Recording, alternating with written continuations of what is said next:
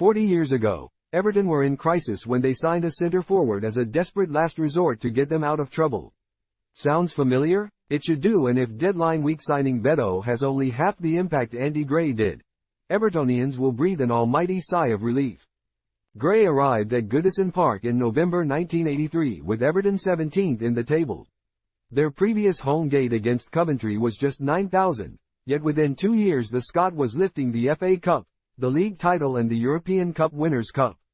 Now 67, Gray is briefly back in England from his base in Qatar. On Tuesday, he will lunch with former teammate Peter Reid, with the socials likely to spill over to watching Scotland play England in a bar that night. He is also hoping to make a pilgrimage back to Merseyside to interview manager Sean Dyche for his television channel beIN Sports. Though he also enjoyed success with Dundee United, Aston Villa, Wolves and Rangers, Gray is forever associated with Howard Kendall's great team of the 80s and admits the club's current predicament, poor results, financial restrictions and supporter discontent causes him some pain. Dismayed, distraught, whatever adjective you want to use, says Gray. Everton are paying the price for years of mismanagement. They've been circling the plug for 3 years and of course I fear for them again this season. They weren't in a great place either when I first arrived, but when I saw the dressing room with Neville, Southall, Reedy, Sharpie, Graham Sharp, Kevin Sheedy, I knew there was quality. It was largely a young team and, once we gained confidence, we were on our way. This Everton squad don't have that. Even if they've played all right, they can't score goals. There is a lot riding on Beto from Udinese. I've seen in glimpses that he's strong, quick and can run in behind. He'll have to produce straight away, like I did. Howard was so anxious to throw men and he initially signed me on a 24-hour loan on the Friday so I could play the next day against Forest. I told Inchi, Adrian Heath, to stay close to me. I'd mess the defenders around and get him a chance. He ended up scoring the winner. When Dominic Calvert-Lewin is fit again, Everton will have to get him and Beto both in the team somehow. This is the biggest challenge Sean has ever faced in management, and that includes keeping Burnley in the Premier League. People talk about Graham Potter. Do me a favor, what could he do better than Sean with the current group of players? Gray has had 2 remarkable careers.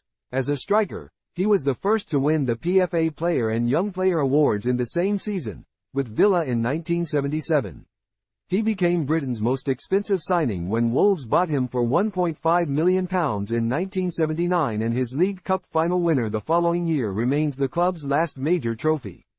He had 2 glorious seasons at Everton and wrapped things up by winning a Scottish title with Glasgow Rangers, their first of 9 in a row. His international career is perhaps the only area of underachievement, winning only 20 caps in an era when Scotland was graced with several top-class strikers. While this week's match against England has rarity value, the old enemies used to meet annually in the home championship, Gray twice playing in 2-0 defeats. I didn't go to a World Cup but should have done in 1978, he says. I'd had a good season with Villa and the whole of Scotland wanted me on the plane to Argentina.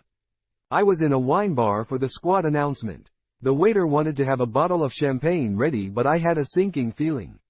For whatever reason, Ali MacLeod picked Joe Harper instead of me. It was wrong.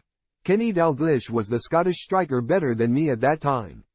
I was also involved in the qualification for 1986. Jock Stein was a fan. But Jock died and Alex Ferguson was put in charge for Mexico. He called me and said, "I'm not taking you to the World Cup." After hanging up his boots, Gray became a TV trailblazer, the voice of punditry who opened the door for Gary Neville, Jamie Carragher and others as Sky Sports and the new Premier League revolutionized the game. I was skeptical I could do it, but there was a great producer called Andy Melvin who believed in me and convinced me it would work, says Gray. If it has helped other former players down the line, I'm delighted. I'm like any other viewer is when I watch football. I like some pundits and disagree with others. Andy Townsend is one I'd listen to. Gray's upbeat personality masks certain tragedies in his life. He was sat alongside Stein in 1985 when the manager collapsed and died at the end of a World Cup qualifier against Wales. I remember Jock shoving a photographer away right at the end when he encroached to take a picture.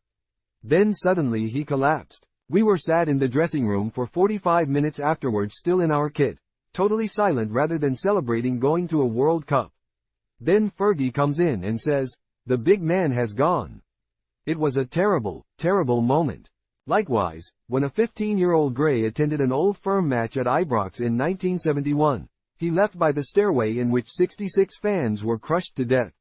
"My mum probably saved my life," he said. "She'd allowed me to go but only if I left 10 minutes early.